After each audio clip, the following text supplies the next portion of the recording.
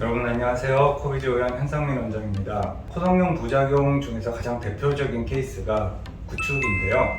구축 환자분들과 이제 상담을 하다 보면 가장 걱정하시는 부분이 늑연골 사용 여부입니다. 특히 자가 늑연골의 경우는 여기 갈비뼈 부분에 절개를 해서 연골을 채취해야 하기 때문에 통증이나 흉터에 대해서 또 많이 걱정을 하십니다. 또 시간이 지나서 나중에 코가 휘어지지는 않는지, 또 흡수돼서 콧대가 다시 낮아지지는 않는지 또 많이 궁금해 하시는데요. 그래서 오늘은 구축코 수술 시에 늑연골이 필요한 경우와 또 이와 관련된 여러 가지 궁금증들을 하나하나 살펴보도록 하겠습니다.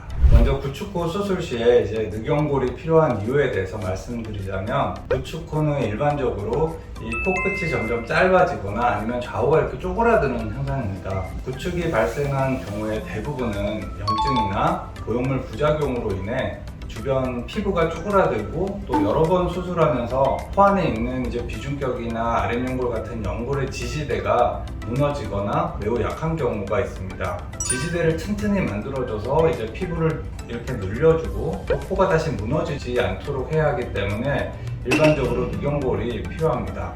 하지만 이제 실리콘만 사용해서 코가 짧아졌다거나 또 만져봤을 때 이제 코가 부드러운 경우가 있어요. 비중격도 튼튼하고 아랫연골도 이제 튼튼하면 구축이라기보다는 단순 짧은 코일 가능성이 많고, 이런 경우에는 늑연골을 사용하지 않고 수술하기도 합니다. 이 환자 케이스 같은 경우는 그냥 보기만 보면 구축코 같습니다. 구축코 같지만 예전에 이제 실리콘을 썼다가 뭐 염증이 있어서 뗀지 오래됐고 또 보형물이 없는 상태에서 코끝을 만져봤을 때 부들부들하고 또 안쪽에 비중격이 튼튼했기 때문에 비중격 연골만 가지고 코를 내려준 케이스고, 이렇게 수술 전후에 보면 코끝이 되게 이뻐지고 들렸던 코가 많이 내려온 것을 알 수 있습니다. 이와 같이 꼭 코가 끝이 들렸고 이런 경우라고 해서 늑연골을 사용해야 되는 것은 아니고, 충분한 진료를 받고 늑연골이 필요한 경우에만 사용하는 것이 좋습니다. 다음으로는 자가 늑연골을 사용할 경우에 장단점에 대해서 살펴보겠는데요. 먼저 자가 늑연골은 조각하기가 편하고 이제 구조가 되게 튼튼하게 만들 수 있습니다. 그리고 자가 조직이기 때문에 감염이나 염증이 생길 확률도 다른 보형물에 비해서 매우 낮고요. 하지만 늑연골 채취 부위에 이제 1.5cm, 되게 작지만 그래도 1.5cm 정도의 흉터가 남을 수 있고, 또 갈비뼈가 부러진 것 같은 통증이 2주 정도 지속될 수 있습니다.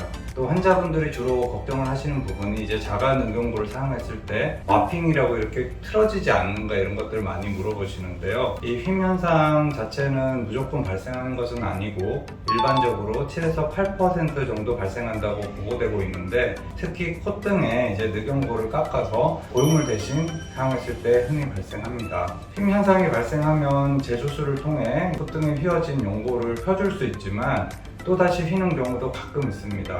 만약 너무 많이 휘었다면은, 그리고 계속 이게 반복되면 어쩔 수 없이 연골은 제거하고 보형물을 사용할 수 있으면 대체하거나, 보형물을 사용할 수 없는 경우라면은 늑연골을 다져서 넣거나 또는 진피와 같은 자가 조직으로 콧등을 대체하는 방법을 사용할 수 있습니다.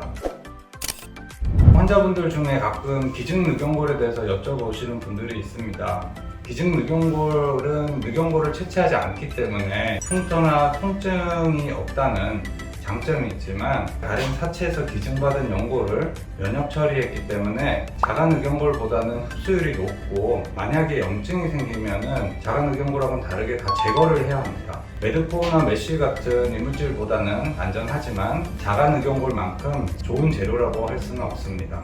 구축코를 수술한 사례를 보시겠는데요. 이 환자 같은 경우는 코끝이 원래 좀 짧은 형태였기 때문에 늘리고 싶었다고는 하지만 3번의 수술을 통해서 코끝이 점점 짧아진 케이스입니다. 코끝을 충분히 늑연골로 내려주고 콧등을 연골막으로 써서 올려준 케이스고, 이분 또한 여러 번의 수술을 통해서 이제 코끝이 짧아지고 많이 들려 보이죠. 정면에서 보면은 돼지코 같은데 코끝을 충분히 내려주고 콧등은 또 연골막으로 보강을 해줬던 케이스입니다. 또 다음 환자 또한 수술은 한 번 정도 했어요. 한 번 하고 이제 염증 때문에 제거를 했는데 코끝이 되게 딱딱하고 이제 코끝이 많이 들려 있는 상태인데, 늑연골을 통해서 비중벽을 다 보강을 해주고 코끝을 충분히 빼줬던 케이스고, 다음 환자분은 실리콘 때문에 구축이 왔죠. 구축이 와서 코끝이 되게 많이 들려 보이는데, 환자분은 콧대도 같이 높이고 싶어 했기 때문에 이제 콧대에는 늑연고를 깎아서 실리콘 모양으로 넣고, 코끝은 늑연고를 사용해서 비중벽이랑 코끝을 재건해서 충분히 내려준 케이스입니다. 마지막 케이스인데요. 이 환자분은 구축이 돼서 이제 코가 짧아요. 수술을 한 6번 정도 했는데 양쪽 콧날개 자체도 다 쪼그라들었고, 여기 코끝은 되게 많이 들려 보이죠. 이분 같은 경우는 비중벽뿐만 아니라 양측 콧날개, 윗연골까지 다 재건을 해줬던 케이스고, 콧대도 같이 올려줬던 케이스입니다. 네, 여러분 어떠셨나요? 구축코 수술 시에 왜 늑연고를 사용해야 하는지 궁금증이 좀 해결이 되셨나요? 코에 구축이 왔다고 해서 무조건 늑연고를 사용해야 하는 건 아니지만, 만약 코의 상태를 고려했을 때 꼭 필요한 상황이라고 한다면 너무 걱정부터 하시지 마시고 전문의와 자세히 상담해 보시길 권장드립니다. 더 궁금한 점이 있으시다면 댓글로 남겨주시고 다음 영상에서 또 뵙도록 하겠습니다. The Best is in You. 감사합니다.